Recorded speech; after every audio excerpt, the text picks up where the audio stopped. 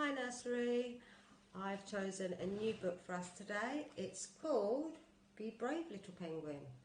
I really like this story because penguins are one of my favourite animals. Should we get started? Let's go. In the cold Antarctic sunshine, where the icy oceans end, lived a family of penguins with all their penguin friends. There were fat ones and there were thin ones. There were penguins short and tall.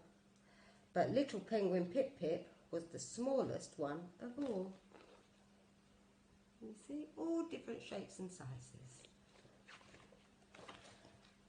And while the other penguins were out swimming wild and free, little Pip-Pip played alone, too frightened of the sea. Names like Scaredy Pip-Pip sometimes echoed in his ears. He was sad and he was lonely, but he couldn't show his tears. There he is. Look, he's looking really sad. "What's the matter, Pip-Pip?" said his daddy one fine day. "You can't be scared of water. What a silly thing to say." There he is, and all his friends are in the water, look. "Be gentle," said his mummy, taking Pip-Pip by the hand. "We all have certain fears that might be hard to understand. Come on, little Pip-Pip, dip your toes in here, just so. The water's calm and still now. Do it slowly. Have a go."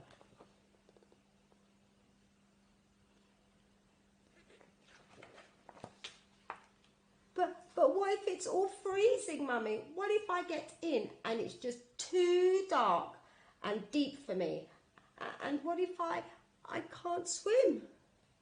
And what if there are monsters there who smell me from their den and they slither up and eat me and I'm never seen again?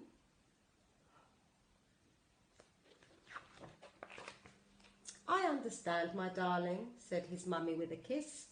"But Pip-Pip, what if now you try to think of it like this? What if in all that water there are friends that you'd like to meet?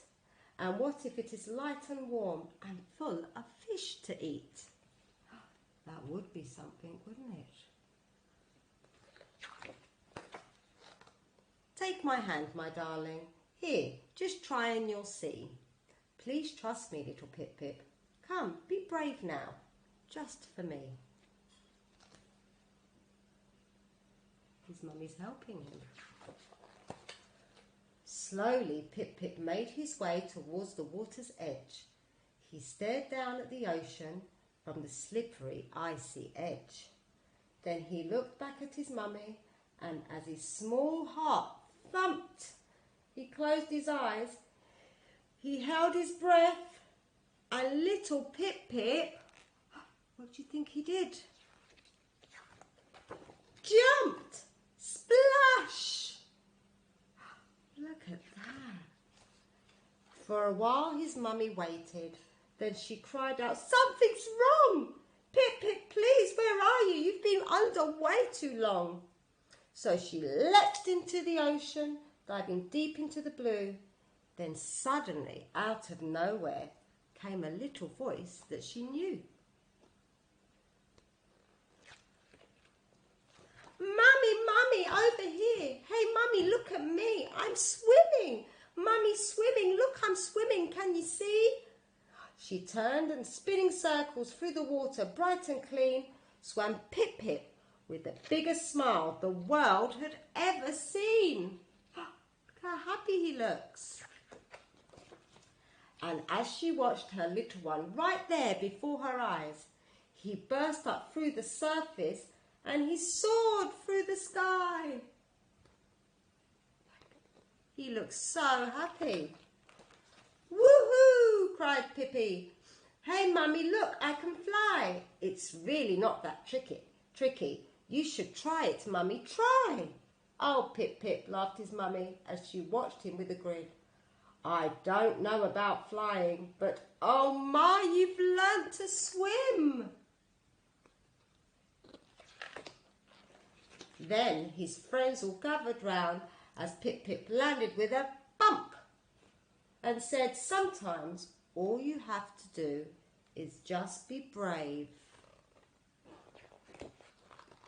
And jump! Look how much fun he's having. See, he was so scared at first, but then he tried and tried and tried. And what happened? He learned how to swim and he wasn't afraid anymore. I really hope you like that story. I really love the story about Pip-Pip. Hopefully I'll see you again soon. Bye, nursery.